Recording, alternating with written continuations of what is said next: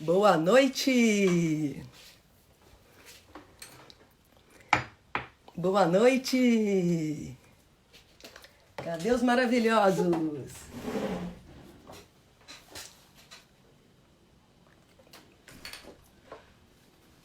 Boa noite!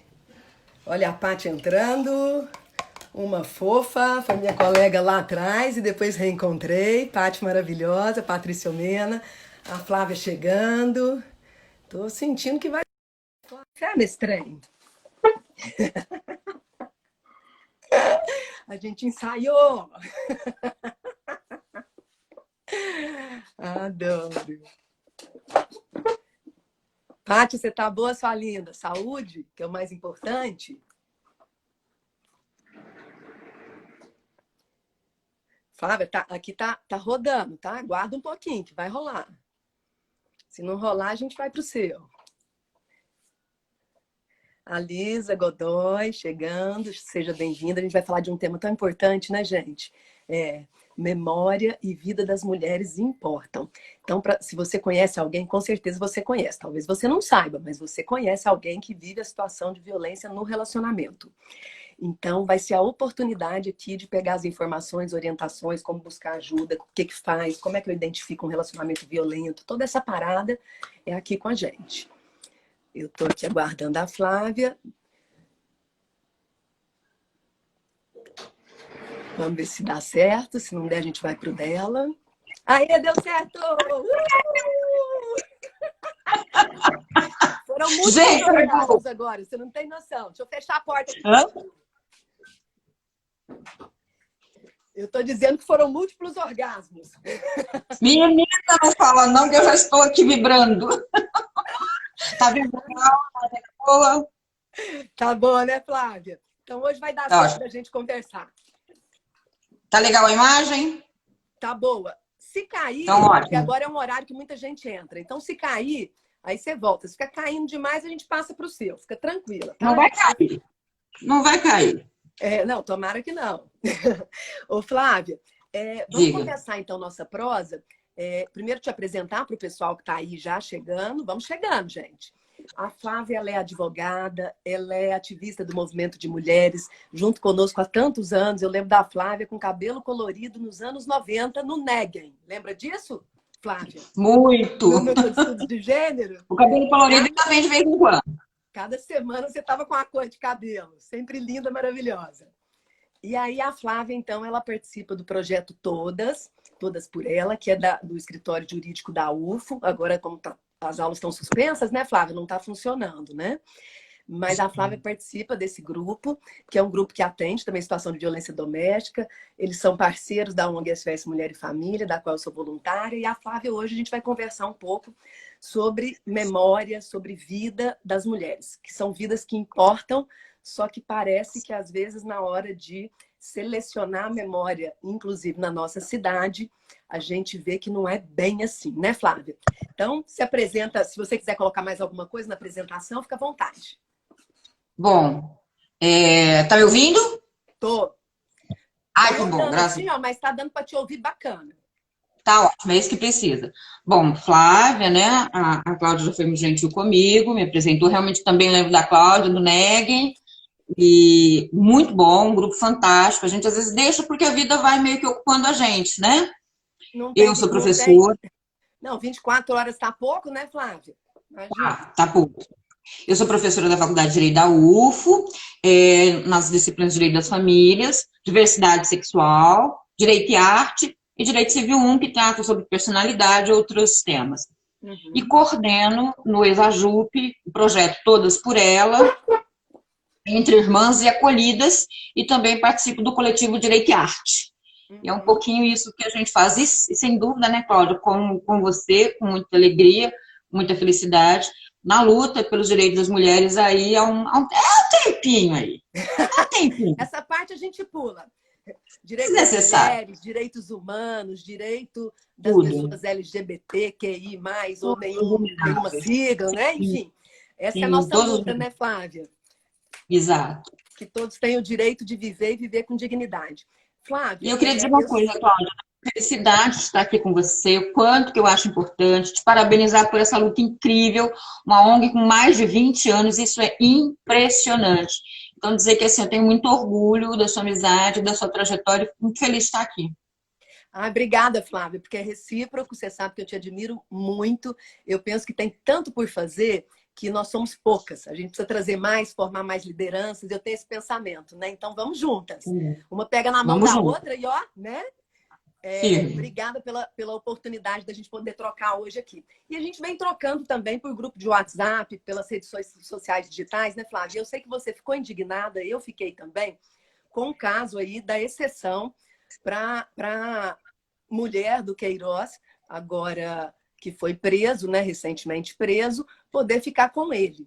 O que você pensa disso do ponto de vista jurídico? E é claro que quando a gente fala de mulheres, a gente pode também trazer vários pontos de vistas sobre a questão das mulheres, né? Existem vários tipos de mulheres. O que você pensa sobre isso? Vai abrir exceção para todo mundo? Então, Cláudia, a primeira coisa, eu vou colocar algumas coisas que me passaram. Primeiro, quando ele diz assim, olha, ela estava fora, olha só, vamos lá, antes dele ser preso, eles não Peraí, estavam Flávia, juntos. sua imagem, ela tá parada. Deixa eu ver o que acontece. Sua imagem tá parada. A voz está indo? A voz tá saindo, mas a imagem tá parada. A gente quer ver você, né, Mas a saindo. voz está indo, não importa, eu nem vou mexer. A Tá gente morre de ótimo. medo, né? A gente morre de Minha medo. filha, o que importa é que a voz está indo. Então, na Daqui a verdade, pouco aparece. o que que acontece? A primeira questão, quando eu vi o argumento, o que que ele disse? Olha, antes do Queiroz ser preso, ela não estava com ele estava numa casa, ela estava em outras cidades, inclusive. Uhum. Aí ele é preso e ela fica foragida. Ou seja, não estavam juntos. Aí o ministro, o Otávio Noronha, presidente do STJ, diz assim, olha, vou dar a prisão domiciliar para o Queiroz porque ele é grupo de risco. Bom, ok, então se der para todas as outras pessoas em grupo de risco, perfeito. Se for a mesma, que não é que ele faz. Ele não E faz não é, isso. né? Porque a gente sabe Não das é. decisões e a gente sabe que Ele foi é a maioria exceção. dos esse era uma doença diferente. Bom, aí ele falou assim: vou dar a prisão domiciliar para a Márcia para que ela cuide do Queiroz. A primeira coisa é assim: a prisão domiciliar é para a pessoa. Ela tem um mérito nela, alguma condição. Por exemplo, mulheres com crianças pequenas têm direito à prisão domiciliar. Aí sim, para cuidar dos. O que, Cláudia, eu até acho que devia ser para pai e mãe, né? Porque não é só a mãe que tem que cuidar de filho, não. É, Mas enfim, mas até né? na hora das penalidades parece que sim, né? Na hora de É, visitar também no sistema prisional, que a gente sabe que exato. as mulheres Mas veja visitam você, muitos homens, mas elas não são visitadas. mas nem para essas mulheres estão sendo dadas prisões domiciliares. Muitas vezes, mesmo uma mulher com uma criança pequena e que não tem um pai que assuma com ela, não consegue a domiciliar. Então, ele deu uma prisão domiciliar não para a Márcia, ele deu um benefício duplo para o Queiroz. Queiroz, você vai para lá e eu vou mandar alguém para cuidar de você. Né? Então, em primeiro plano, é a desconfiguração da figura da mulher. É bem a situação de ser a outra da Simone de Beauvoir. Ela não existe por Uhum. ela existe para ele. E aí, significa dizer, se ela dissesse assim, olha, eu quero a minha prisão domiciliar, mas eu não quero cuidar do Queiroz.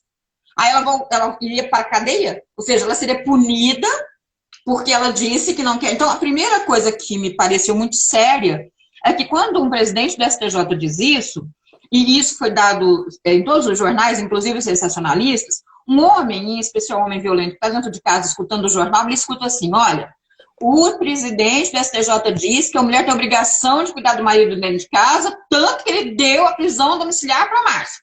Aí ele olha para a É, mulher dele e fala assim, se você não cumprir, você vai ser punido. Porque é sim. dever legal da mulher. E é aquela Então, fala, né, Flávia, que está associada a essa construção de gênero da mulher que aguenta, da mulher que suporta tudo, da heteronomia, né? Quer dizer, eu em função do outro, dos filhos, do marido, e não autonomia, né? Então, isso tudo vai ser exato. inventado aí dentro da cultura e como que esse caso destaca, inclusive como memória, né? Quer dizer, que memórias que valem. Se abriu-se exceção só para esse caso, vamos lembrar que, inclusive, houve fala dele no sentido de que, e a preocupação de outros grandes, que se a mulher fosse encontrada, ele delataria, ele contaria tudo, né? Então, o contexto ele é bem mais complexo, e aí a gente vê Sim, essa exceção sendo aberta e com uma construção de gênero sobre o sim. feminino tradicional. Sim. Não, e aí, Cláudia, isso é muito importante a gente destacar e não naturalizar as coisas. Porque o que Aham. ele fez foi um descumprimento de preceito da Constituição Federal em relação à discriminação de gênero, porque a Constituição diz que todos somos iguais. Se o Queiroz tinha direito à liberdade por uma condição dele, ela teria que ter direito a domiciliar por uma condição dele, ela teria que ter direito à liberdade por uma condição dela. Então, o que ele fez foi tratar não paradigmaticamente. Ele teve direito por uma condição dele, ela teve um direito por ele. Então, ele fez uma discriminação de gênero. Isso é descumprimento de preceito constitucional. O STF tinha que agir, né? E segundo, que os outros casos? E as outras pessoas que não tem ninguém mesmo, né? Que às vezes Uhum. tem uma mãe doente, um pai, né? E essas pessoas? Exatamente. Vão E aí, Flávia, antes da gente continuar, deixa eu só fazer uns agradecimentos aqui, porque senão depois passa. Entrou tá. Patrícia Manzan, que é uma grande profissional da área de marketing, de comunicação. Pra você ter uma ideia, antes da pandemia, né? Tem 4 meses que a gente tá dentro de casa, não é isso? Uns 4 meses. Eu não tinha Sim. uma foto. E essa linda veio aqui com máscara e tudo, álcool gel, fez umas fotos bacanas para a gente poder, inclusive, colocar nas lives, né? Porque eu tô pondo foto com cabelo curtinho, eu nunca mais cortei o cabelo. Então, quero agradecer a ela pelo profissionalismo, ela é uma gracinha, é muito acolhedora. A Cecília, Cecília, eu acho que eu vou te dar um prêmio, porque você está em todas as lives. Vou pensar sobre isso. Slay, Lucas, obrigada, viu, gente? Pessoal que Só conhece a gente boa. Flávia também, né? A gente fica muito feliz de ver vocês aqui. Num sábado à tarde, né? Podia estar dormindo, tomando umas. Eu não tomo, não, tá, gente? Mas eu admiro. Vai lá também, depois. Fica aqui agora. A Patrícia Mena, enfim, muita gente bacana aqui conosco. Pode continuar, Fico Flávia. muito Só feliz. para completar. Então, é uma ficção jurídica ainda, né? A gente sabe disso, todos iguais perante a lei, porque tem alguns que são um pouquinho mais iguais que os outros na hora das decisões. Exato. Não, e aí, então isso tudo, assim, eu fiquei talvez até mais indignada, não, algumas amigas minhas que são promotoras, juízes, ficaram tão indignadas quanto eu, assim, chocadas com aquilo, né, que aquilo não ofende também a essas pessoas, não é? E essas, porque o que que acontece? As falas de pessoas de poder, elas têm um impacto muito grande na sociedade, não é? Claro. Então, por exemplo, eu vi esses dias um vídeo do ministro da Educação, um vídeo antigo, espero que ele não pense mais assim, dizendo que o homem é o esteio e o chefe da Uhum. casa. Ministro da Educação. Eu espero que realmente isso seja do passado dele, né? Eu já A gente sabe que ouvi. tem várias visões, né, sobre masculinos e femininos. O problema é querer colocar uma, quando é uma autoridade, querer colocar uma visão impondo sobre as outras, né? Que nem a história que saiu lá na capa, né? Como é que é? Exato, Do lar, de casa, como é que é? O lance? Bela, Recatada e do Lar, que é um modelo exatamente. de mulher dos anos 50, né? Então, assim, vamos para frente. Tudo bem que tenha alguma com esse perfil, sem problema, todos têm o direito de existir, mas colocar isso como um modelo, né, no Não, se 2020 for fica meio escolha, estranho. né, Cláudia? Se uma mulher escolher a escolha, tranquilo, não é Sim, imposição, né? tranquilo. Escolha tendo Escolhas, várias possibilidades, né? Porque só há escolha sim. se a gente tem Aí, possibilidades de aí escolha. não, exatamente, exatamente. E aí, Cláudia, é uma coisa que eu queria levantar também, é porque o judiciário já tem uma dívida muito histórica com as mulheres. Por quê, gente? A legítima defesa da honra, que passou a existir no Brasil com o Código de 40, porque antes era outro formato, Uhum. foi uma criação da jurisprudência, então, do judiciário, né? Porque o judiciário acatou essa tese. E o Brasil já foi condenado na ONU por isso, porque isso era uma forma de incentivar a violência contra a mulher. Né? Ora, se um homem que matasse a sua mulher porque suspeitava de traição não seria preso, isso incentivava. Então, o judiciário ele fica aumentando a sua dívida com as mulheres, né? É isso que torna mais grave a fala dele, E é uma entende? aberração Muito. também, né, Flávia? Porque a gente pensar em honra, honra é pessoal, intransferível, né? Ninguém mancha minha honra, né? Só eu mesma fico pensando. Aí, nos casos de crimes contra a mulher, nos casos de crimes passionais, com muitas aspas, porque quem ama não mata, cuida, preserva, né? Enfim, ou então sai da relação, né? Enfim. É, Fico pensando, Flávio, o tanto que é equivocada essa questão da honra, né? Do ponto de vista conceitual e das práticas. Quantos foram absolvidos? Agiu sob forte emoção. E principalmente em anos anteriores, hoje bem menos. Tem casos que a gente olha para um tribunal de júri e a gente pensa, nossa, a mulher já está lá morta no caixão, deve estar remoendo, porque estão colocando em xeque todo o comportamento dela, principalmente comportamento sexual. Ao passo que o homem é a questão de ser provedor, né? Nesse teatro todo, né? Ele era bom pai, punha as coisas dentro de casa. Então, como que ainda está forte essa questão das construções, mas se absolvia muito mais por conta dessa questão da honra, né? Na verdade, Cláudia, o que que aconteceu? Em 1870, nós tivemos um decreto que dizia que não era crime se você cometesse algum ato, assim, digamos assim, privado dos seus sentidos. Esse era o fundamento que se tinham todos os homens que matavam mulheres. Então, não era nem crime. Em 1940, quando o código mudou, inclusive, se você ver a disposição, eu tive a curiosidade de fazer isso, a exposição de motivos, isso deixa de existir justamente porque se dizia, olha, isso era uma grande fonte de assassinato de mulheres. Então, deixou de existir isso, e a legítima defesa está prevista como legítima defesa. Alguém vem me matar, eu defendo a minha vida, ou de alguém me defende. Isso em 1940. É interessante, Flávia, porque esse homem que agia sob forte emoção, perdia os sentidos, né? Ele ia só para cima da mulher, né? Ele não ia para cima do chefe na empresa, Não, do externo, né? Que direcionado é esse falta de sentidos, né? Exato. E aí, mas o que eu quero te contar? Então, em 1940, quando isso acabou, mas, digamos assim, essa nossa justiça misógina, ela não aceitou que tinha acabado e criou a figura da legítima defesa da honra, que nem na lei estava prevista. Então, a legítima defesa sempre foi da vida. A jurisprudência falou, não, peraí, que tem mais uma hipótese, que é da honra. E aí, isso foi muito forte até 1985, 86, no caso do Oxford e Angela Diniz. Quando ele, em primeiro júri, é absolvido, por esse fundamento, absolvido assim, não, ele foi culpado, mas deixou de cumprir a pena, né, legítima defesa. E aí o movimento de mulheres, era isso que eu queria dizer, o que que fez ele no segundo júri ser condenado? O movimento de mulheres, no Brasil. O movimento de mulheres bateu, ele foi a segundo júri, foi condenado, mas aí veio a outra tese péssima, crime passional, que era um crime privilegiado, que era violenta emoção. Então você teve, né, não era crime, é um crime, mas tem uma desculpa, depois é um crime privilegiado, e que vigorou até a gente ter o feminicídio, né? Então você veja, até 2015 o feminicídio, você veja que agora é um agravante. E ainda existe, Cláudia, teses no nosso judiciário que dizem que feminicídio é crime de ódio. Então não é por amor, quando é por amor é passional, ainda tem quem diga isso. É terrível. E eu fico pensando, Flávia, assim, quando a gente fala de memória, né, vamos pegar o pessoal que teve da outra vez, que a gente só conseguiu você por chat, e eu aqui por vídeo, hoje a gente está com o seu áudio, então tá ótimo, se a imagem sua rodar, a gente vai ficar mais feliz ainda, enfim.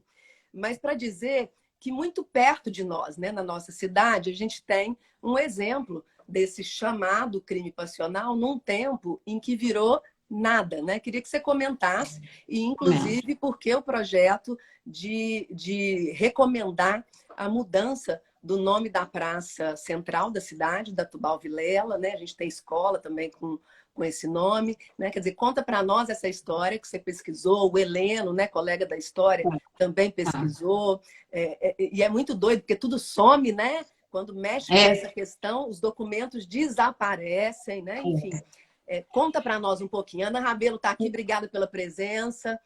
Só um minutinho para eu agradecer aqui a Cláudia Coutinho, obrigada, sua linda.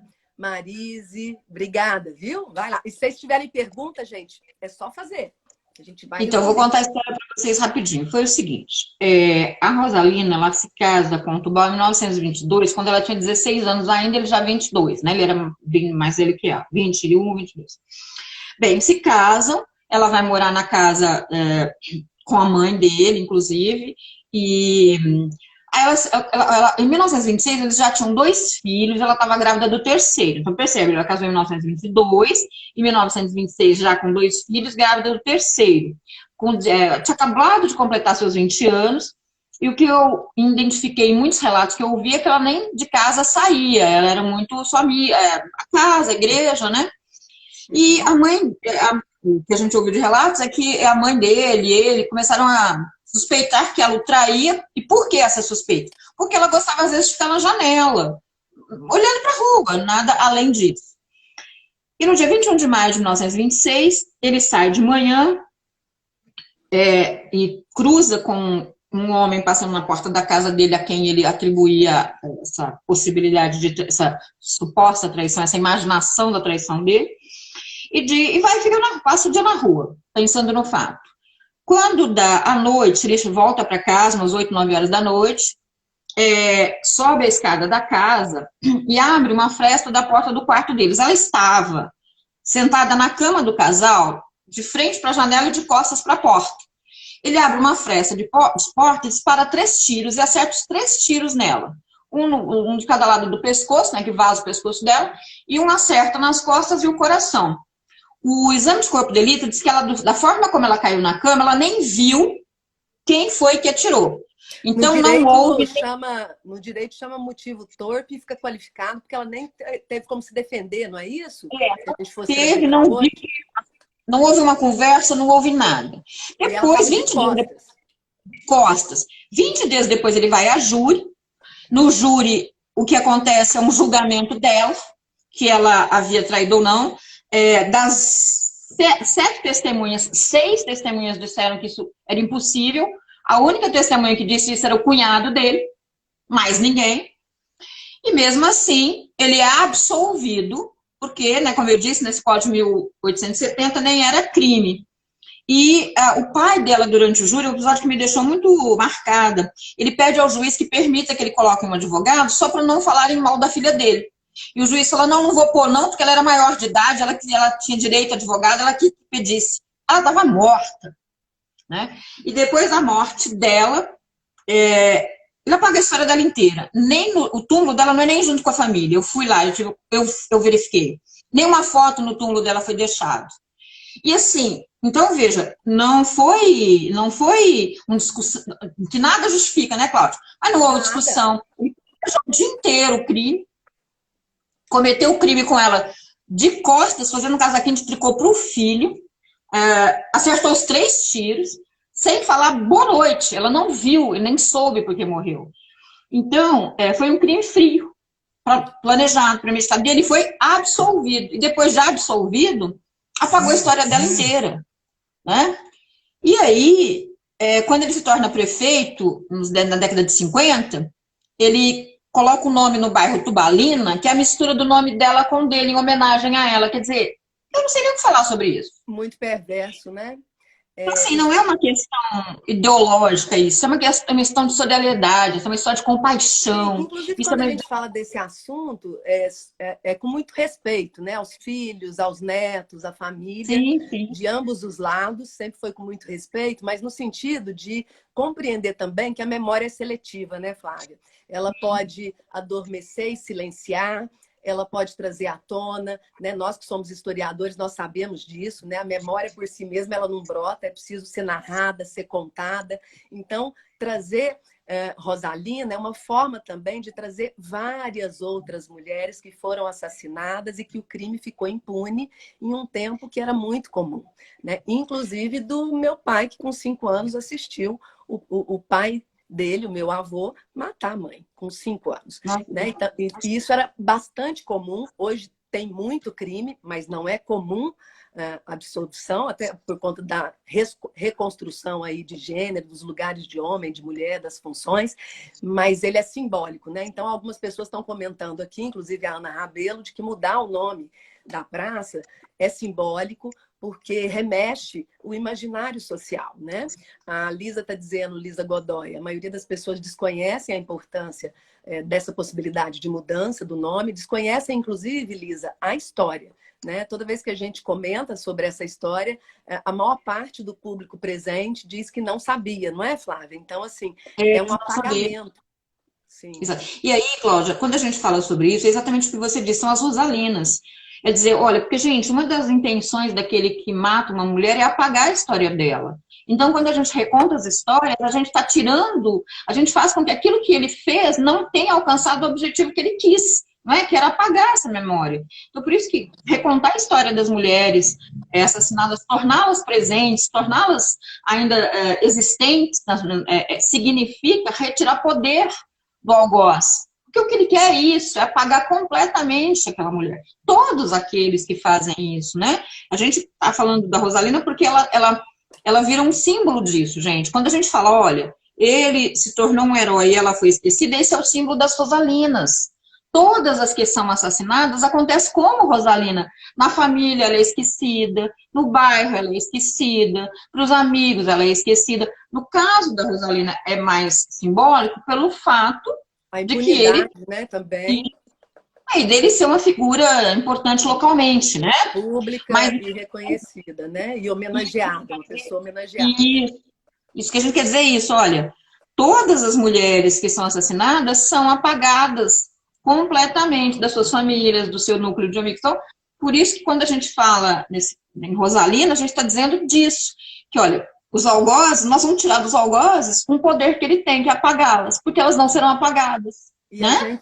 E com o caso dela também, Flávia, eu penso que se desconstrói aquela visão bastante comum de que esse tipo de violência e de situação de crime acontece com gente pobre, sem instrução, né? A gente sabe disso faz tempo, que essa é uma violência que pode atingir quaisquer pessoas. É claro que quando a gente pega o dado de feminicídio no Brasil pela ONU, a gente verifica que boa parte dessas mulheres assassinadas são negras e pobres, mas cada vez mais as mulheres de classe média e classe alta vêm buscando ajuda, né, na medida em que há políticas públicas e informação, né? Claro que a pessoa de classe média alta tem um pouco mais de vergonha, tem um status a preservar, tem receio de escândalos, o que por vezes nas classes menos favorecidas tem um valor um pouco menor, né? Então, só para a gente também deixar claro que essa violência pode atingir quaisquer pessoas, quaisquer uma de nós que estamos aqui hoje.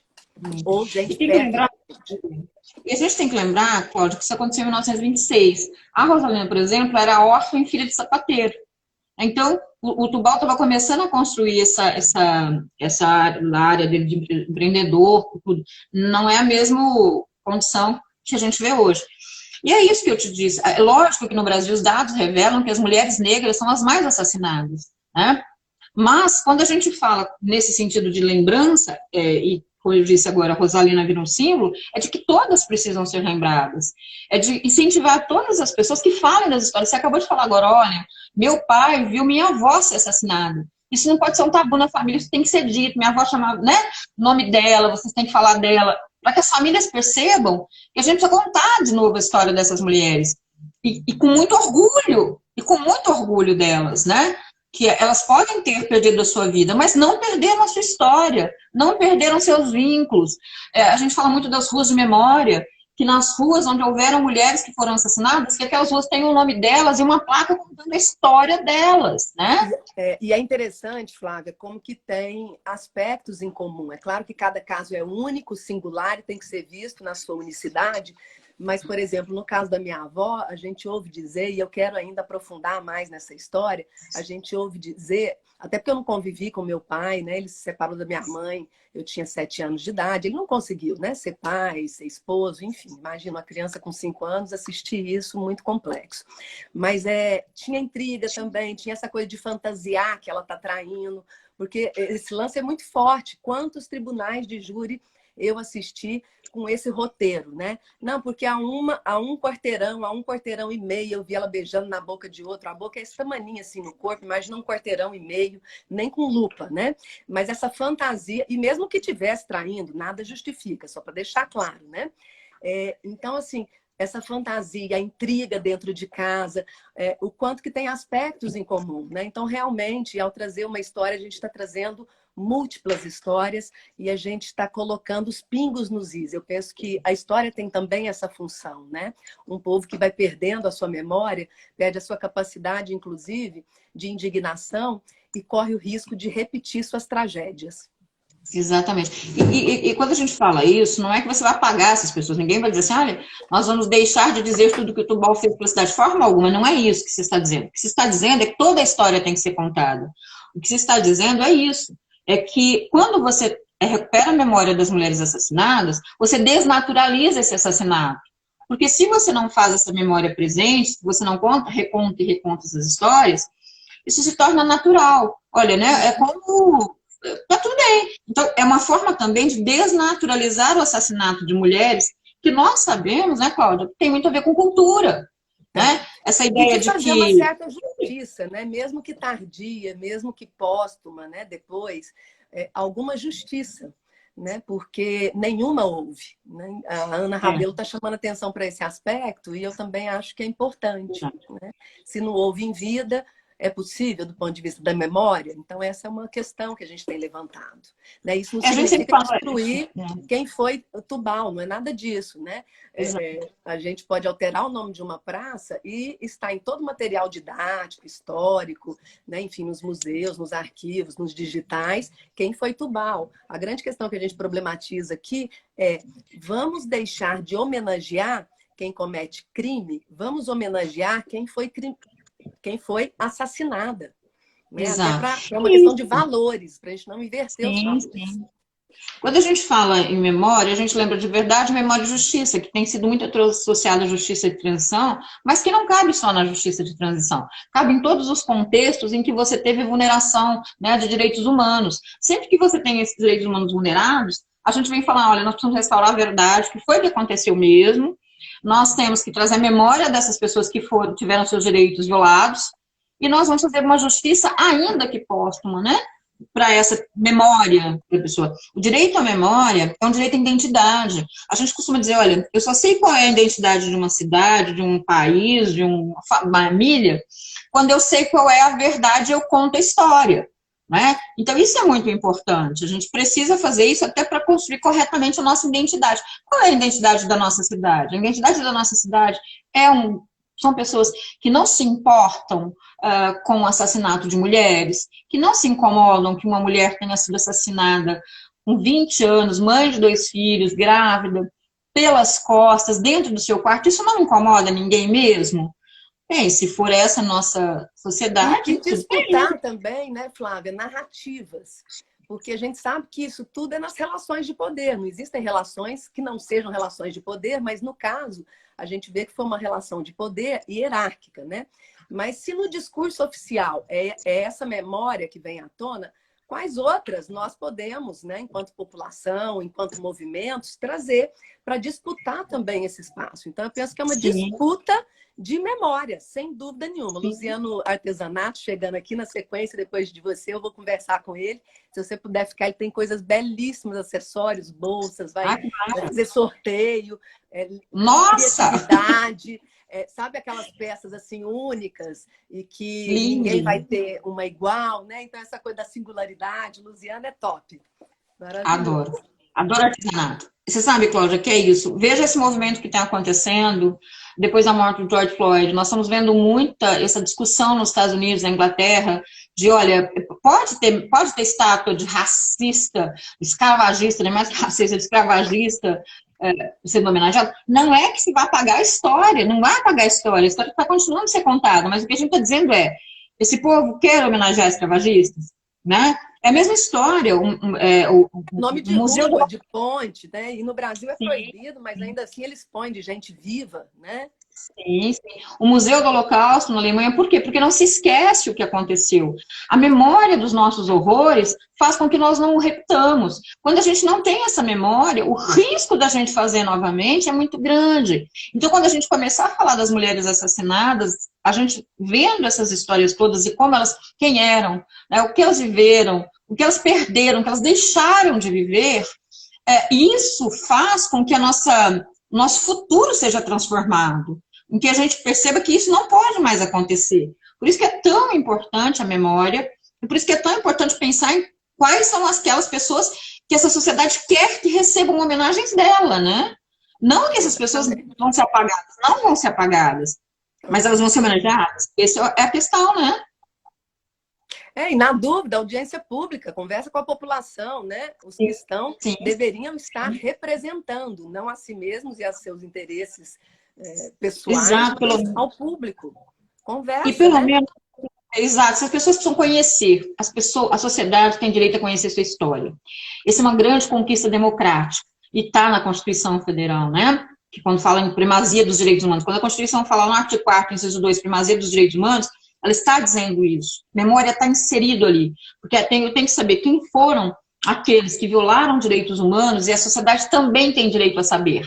Então, se a pessoa Sim, estava ontem falando com o Rick, jornalista, sobre isso, né? Quer dizer, memória não, democracia. A democracia, nela não vale tudo, né? Não vale violar direitos humanos, não vale violar memória, né? Como a gente por vezes ouve por aí, porque faltou a aula, né? De história, faltou a aula de sociologia, de filosofia, de antropologia, enfim, né? Não leu, né? E isso é terrível, né? Então, a gente estava falando isso ontem, a democracia não comporta tudo. Né? Quando Nem é coloca em xeque democracia, a né, própria Cláudia? democracia, é preciso tomar uma providência. Pois é, com violações de direitos humanos nem é uma democracia, né? Não posso dizer que é Sim, verdadeiramente, né? sim. Nem é, Quer né? dizer, não, E assim, e é bem claro o limite entre liberdade de expressão e violar direitos, violar a democracia, né? Tem uns que tentam confundir para não explicar, né? Mas fica bem claro, né? Enfim. Mas Cláudia, aí, isso e você está dizendo é muito sério porque, veja, o AI-5, aquele ato horroroso, a tortura das mulheres era uma tortura das piores. Você sabe que o estupro era utilizado repetidamente como forma de tortura das mulheres. Tem relatos horríveis. O Ustra, por exemplo, o Ustra tinha um prazer muito grande em torturar mulheres. Ele era um o torturador de Ustra tão mulheres. citado, né, nos últimos Ele tempos, era um no torturador de microfone, no mulheres. Congresso. Ele tinha uma prática que era essa, de estuprar as mães na frente dos filhos. Ele fazia muito isso, de pegar filhotinhos de ratos assim e colocar na vagina delas, entende? Tem um episódio famoso de uma estudante da USP, que ele colocou a chamada coroa de Cristo, né? Ele foi apertando, apertando, os olhos dela saltaram do rosto. Então, assim, ele era um torturador de mulheres. Então, e a tortura das mulheres era muito feita nisso, né? Na sua sexualidade. O estupro era um meio. A Ismene Mendes, que a gente fala, que a gente estudou muito, a Ismene Mendes foi estuprada. Então, uma forma de destruir a mulher era destruir a sua imagem, destruir a sua, né, digamos assim, honra, digamos entre aspas aqui, Passar né? por cima do desejo dela, né? E ainda bem que mudaram a lei. E graças ao movimento de mulheres, porque a gente nunca teve nada de bandeja, né, Flávia? É só olhar para a história. Não teve nadinha de bandeja. Muitas morreram para a gente estar aqui hoje, muitas sofreram, mas essa coisa da mudança foi importante da lei, né, de estupro, porque era só pênis na vagina, né? Quer dizer, não interessa o buraco. Está ofendendo Sim. a dignidade, a vontade, o desejo da pessoa. E não é um crime contra os costumes, é contra a pessoa. Aquela pessoa ali está sendo arrebentada. Né? Em Eu guerra é acho que o muito movimento... dado também. A legislação, olha, nós temos a Lei Maria da Penha, a Lei Maria da Penha é muito boa. Os crimes contra a dignidade sexual, que antes era crimes contra... era exatamente isso, né? Hoje você tem crimes mais bem colocados. O próprio assédio sexual virou crime. A pornografia de vingança virou crime. Então, é muito muito... recentemente, né? 2017, essa da proibição de circulação de intimidade sem consentimento da pessoa, seja foto, filmagem, né? Muito recente, quer dizer, demorou. Né? Eu ando dizendo assim, né? Demorou! Era para ontem. Mas ainda bem, né? Que chegou, né? Veio. E assim, é o que eu te falei antes, chamava estupro, era crime contra os costumes, olha só. É crime contra a dignidade sexual, eu ainda acho que chega a ser contra a liberdade tá sexual. ofendido. Né? É costume, quer dizer, porque não era aquele que costumava, né? Uma pessoa diz aqui, olha, se fosse o marido que fizesse, não era nada. Não, Cláudia, para a jurisprudência entender que o marido podia estuprar a mulher, demorou muito. Você sabe até que hoje, né, Flávia? Até hoje, muitas pessoas, em termos de comportamento, acham que se assinou um contrato, você está morando com alguém, tem uma união estável, é como se fosse obrigação, né, manter uma relação sexual. E não, né? Quer dizer, relação sexual sem consentimento se chama estupro. Exatamente. Casamento. Você sabe por que isso também aconteceu? Se você pegar os julgados no Brasil, quando eles vão falar de sexo no casamento, para a mulher, eles falam débito conjugal. A expressão é essa, débito ela conjugal. Já entra devendo. Exato. Se é débito, é dever. Né? E está escrito nos julgados no Brasil, a mulher, né, não cumpriu o débito conjugal. Então, é isso, né? O olhar do direito sobre a relação sexual no casamento era vista como um dever para a mulher. Então, demorou muito para... O homem podia anular o casamento, né? Se comprovado que a mulher não era virgem antes de casar. Até pouco tempo, em cidade pequena, esse tipo de conversa ainda vinha, né? Mas o contrário, não. Quer dizer, a mulher pediu para anular porque ele não era virgem. Né? Então, a gente vê que o direito nunca foi neutro, né? Não. Ele sempre está a serviço, né? De uma classe social, de uma raça, etnia, de uma orientação sexual, né? Enfim, a gente vê que neutralidade não tem aí. Por isso eu falei daquela questão da ficção jurídica, que a gente tem que exercer muita cidadania para ir aproximando cada vez mais essa ficção da realidade. Obrigada, Alfredo, pela presença, Jane, Aline, Márcia. E aí, Flávia, nossa, já foram 40 minutos e eu nem vi, Flávia, credo em cruz. Nem eu. Começou agora? Levei susto. Ô, Flávia, a gente podia também, nesse tempo, falar um pouquinho para o pessoal o que tem na nossa cidade em termos de políticas públicas. Eu acho que é importante, né, para as pessoas saírem daqui informadas, poderem ter potencial multiplicador. Que também crime não é só físico, né? Acho que a gente podia falar dos tipos, e a Lei Maria da Penha, desde 2006, já tipifica, né? A questão do feminicídio também, em 2015. E aí o folhetim está aqui, porque decorar sem chance, minha cabeça não alcança mais isso, não. Então a gente põe o folhetim com os telefones aqui para poder contar para o pessoal. E como você transita? Pelo Todas, pelo Nua Vidas, nós estamos juntas no grupo da rede, né? O grupo virtual da rede de enfrentamento à violência, inclusive pensando um projeto para comunicar melhor sobre essa questão e ampliar as políticas públicas, né? Então, vamos usar esse tempo agora um pouco para isso. É importante lembrar, olha, então vamos lá. Bom, claro, a ONG você fala com muito mais providência, que é a nossa primeiro grande conquista e grande entidade na luta pelos direitos da mulher e no combate à violência, né? Olha, o Todas por Ela é um projeto do Escritório de Assessoria Jurídica Popular. Infelizmente, a universidade agora ainda está com essas atividades suspensas, né? Então, a gente tem uma certa dificuldade, mas pode contatar no Face, tem o Face do Todas, tem o Insta do Todas, pode contatar que o que a gente puder, a gente vai ajudar sim. Nós temos o projeto Acolhidas, que é um projeto que faz um olhar para dentro da instituição no combate ao assédio sexual e tem conseguido aí um bom êxito, né?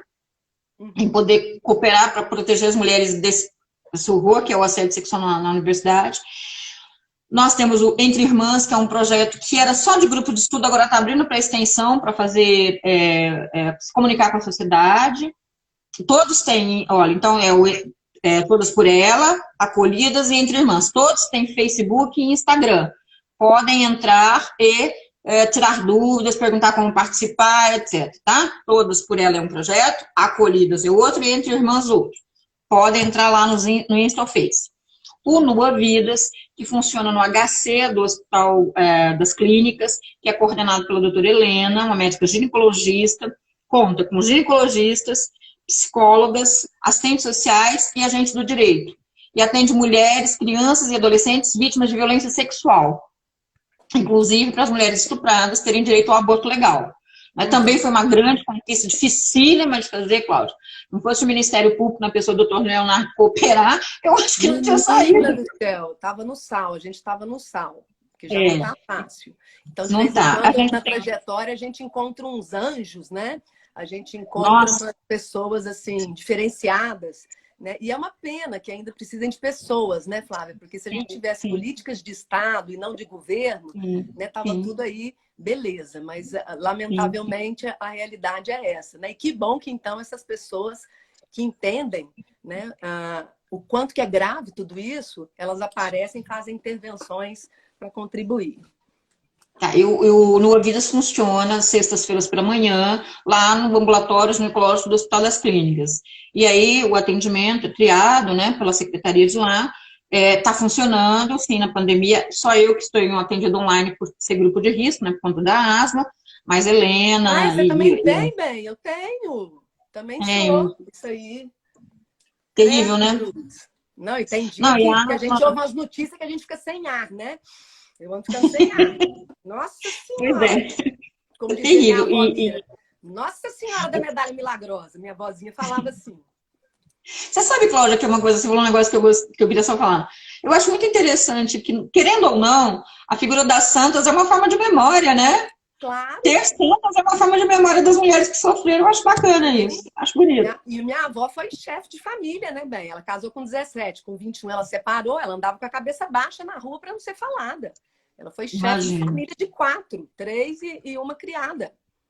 Que isso. Sozinha, vó Mira, morreu de Alzheimer, um pesar, eu estava grávida do Vitor, ela não conheceu meus filhos, mas não quer falar não, senão eu vou chorar, vai borrar tudo aqui, o Luciano vai pegar e eu Não, borrar. mas Vamos lá. não, mas Dona Mira merece as nossas homenagens aqui. Essa live é homenagem à Dona Mira. A família toda. Minha mãe também foi chefe de família de 4. Muita emoção aqui. É sistema matrilinear. Mas é lindo isso, né, Cláudia? Então, eu devo muito quem eu sou a essa história. O que é isso? A gente deve às nossas mulheres, né? As mulheres da nossa família, minha mãe, minha avó. Eu tive avós muito fortes também, que eram muito fortes. Minha mãe era uma pessoa muito doce, mas eu tive um privilégio, Cláudia. Um pai encantador. Um pai que tinha uma sensibilidade, quando você não pode falar que eu choro. E um irmão maravilhoso. Problema. Então, assim, a gente às vezes tem privilégio na vida, né? Os homens da minha família, meu pai, meu irmão, meu filho, são pessoas maravilhosas. Então, é um privilégio. Isso é um privilégio que eu me considero um presente, né? Que a gente teve. É mesmo, mas viu, Flávia? Porque eu não tive, assim, só no final da vida, né, pai? Avô do lado paterno, eu só tive avó, né, tias, né, minha mãe. Então, assim, o lado masculino, né? Agora, espero que nas próximas gerações a gente tenha uma outra realidade. Com certeza, a gente transforma. Mas eu acho muito bacana as santas da Igreja Católica, porque isso é uma forma de manter a memória dessas mulheres. Você tem, por exemplo, Joana d'Arc virou santa. Ah, mas ela foi queimada na Inquisição. Foi sim. Mas o fato dela ser santa mantém essa memória. Se ela não fosse santa, talvez as católicas, as mulheres da Igreja Católica, não saberiam que existiu Inquisição e que queimou uma mulher. Só sabem porque existe uma santa, né? Então, eu acho muito bacana isso. Eu acho isso super interessante, né? Dentro da religião. Eu adoro estudar as religiões, as mais variadas. Adoro conhecer todas elas. São muito interessantes. Dos órgãos também, né, Flávia, a gente falar nesses últimos minutos, a gente tem a Delegacia de Mulheres em Uberlândia, e agora eu vou pegar aqui os telefones, quem quiser anotar, é importante para ter essa listinha, e a gente pode passar também pelo Instagram, né? O único que não tem na listinha, porque estavam suspensas as aulas, é o Exajup, mas todo o resto da rede está na listinha ali. E a gente acrescentou todas, né? Mas é só lembrar que agora as aulas estão suspensas. Só pode, se quiser contatar, como eu falei, pelo Face ou pelo Insta.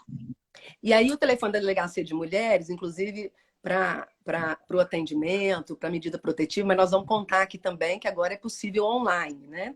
Isso. Eu não sei se você já experimentou, Flávia, se já houve necessidade de experimentar, né? Mas a cartilha está bem didática, né? Passo a passo. Muito didática. Você consegue compartilhar. Então, isso. Em Minas Gerais, agora a gente tem, então, o procedimento online. Isso é super importante, então, porque se a mulher está em casa, né, presa ali, ó, com o marido, facilita ela a pedir medida protetiva. Colocar no seu Insta um link para cartilha, legal. O quê? Se você puder colocar a cartilha no seu Instagram, seria bacana. Não sei se tem jeito. Ponho. Eu sempre ponho, mas eu ponho hoje. A hora que a gente acabar aqui, eu já ponho. Então, a delegacia é 3210-8304 e para fazer online é só procurar lá a Delegacia Online Minas Gerais que você encontra o site. A gente tem a Defensoria Pública da Mulher, a Bárbara, uma grande parceira, e agora eles estão atendendo por WhatsApp durante a pandemia no telefone 99976-6109. Lembrando que aquelas pessoas que não têm como ter orientação jurídica privada, né, precisa de uma instrução, enfim, a Defensoria Pública está ali também para isso. A Bárbara está bem sobrecarregada, inclusive na pandemia, que a gente sabe que aumentaram os números significativamente. Tem também, a Bárbara é muito sensível, né? Ela é uma gracinha, ela é tudo de bom. A Casa Abrigo, que é um local sigiloso, confidencial, para mulheres em risco de morte com seus filhos menores de idade poderem ficar enquanto providências vão sendo tomadas. A gente sabe que ir para a casa de familiares, de amigos, é continuar correndo risco, às vezes até com a medida protetiva, né, de afastamento do lar dele, tantos metros, não pode isso, não pode aquilo. Ainda assim, a gente tem muitas mulheres que morrem com medida protetiva nas mãos.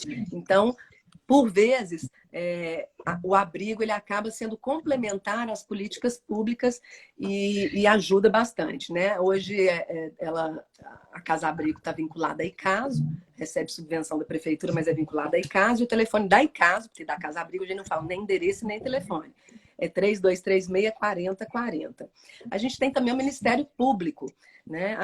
Mas por onde que eu começo? Por onde quiser, né? Eu oriento muito as pessoas a verem o feeling, o que elas estão querendo naquele momento. Você está precisando de orientação social, psicológica, jurídica?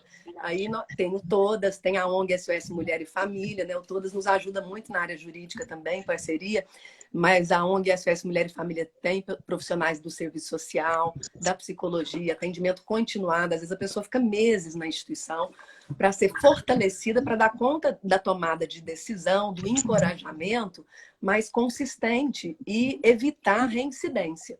É claro que a gente tem garantia de nada e tudo bem também, a gente compreende a complexidade que é viver violência com alguém próximo, né?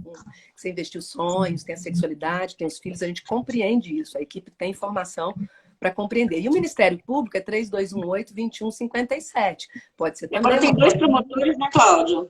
Dois promotores agora, né? Então, eu ainda não conheci, porque assim que mudou, a gente entrou em pandemia, e aí não conhecia ainda, só lá no grupo mesmo, né, por mensagens, e fiquei satisfeita de terem dois, porque é uma sobrecarga ali. Muito bacanas, assim, em reunião. Me pareceram pessoas ótimas. Coisa boa. A ONG quer marcar com eles. Tem o No Vidas que a Flávia falou, que é o núcleo integral de atenção à violência sexual, inclusive se for necessário por conta de um estupro, de uma situação dentro daquilo que é legal no Brasil, é realizado o aborto, né? E a Helena tem sido assim uma parceira fantástica, né? Ela e toda a equipe, a Flávia faz parte da equipe, a Helena é a coordenadora, e ela é fantástica, né? É uma profissional ginecologista, assim, um show, séria. Está trabalhando a morrer, Flávio. Os profissionais da área de saúde estão trabalhando muito, né? Nós também, professores das privadas, né? Porque a gente ministrou aula, enfim. E tem aumentado muitos casos, né, Cláudia? Muito. A ONG diagnostica aumento de 80%, mesmo fazendo atendimento por WhatsApp. Só por WhatsApp, para garantir, né, a segurança da equipe e também das pessoas atendidas, aumentou 80%. No Vidas foi 100%? 100%? 100%. E olha, vamos lembrar que ainda é subnotificado. Muita gente não busca, muita gente não conhece, muita gente fica tentando, né? Tem esperança daquilo mudar, passar. Né? Então, assim, com certeza é muito mais que isso, né? Eu costumo dizer que vamos jogar 3 vezes mais, 4, é que nem a pandemia, né? Quando o dado oficial vem X, joga 4X aí para a gente poder ter um dado mais real. E a ONG SOS Mulher e Família? Então, no Vidas 3218-2157. A gente tem também o aplicativo Salve Maria.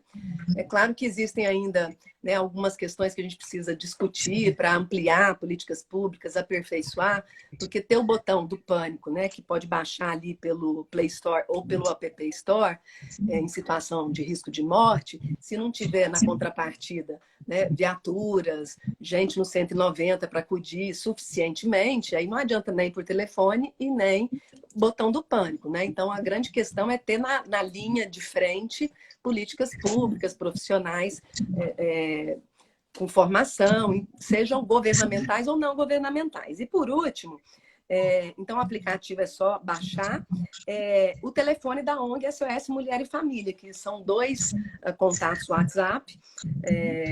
O primeiro deles é 99636,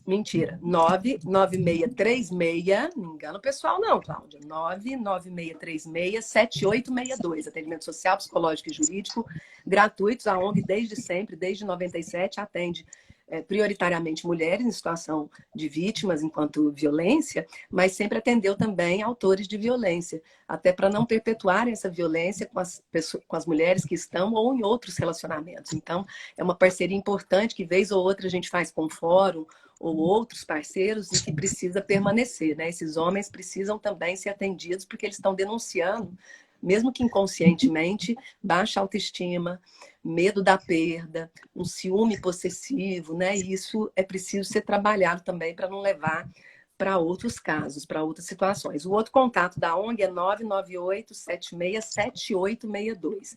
998767862. Terminando aqui, eu ponho a listinha no nosso Instagram.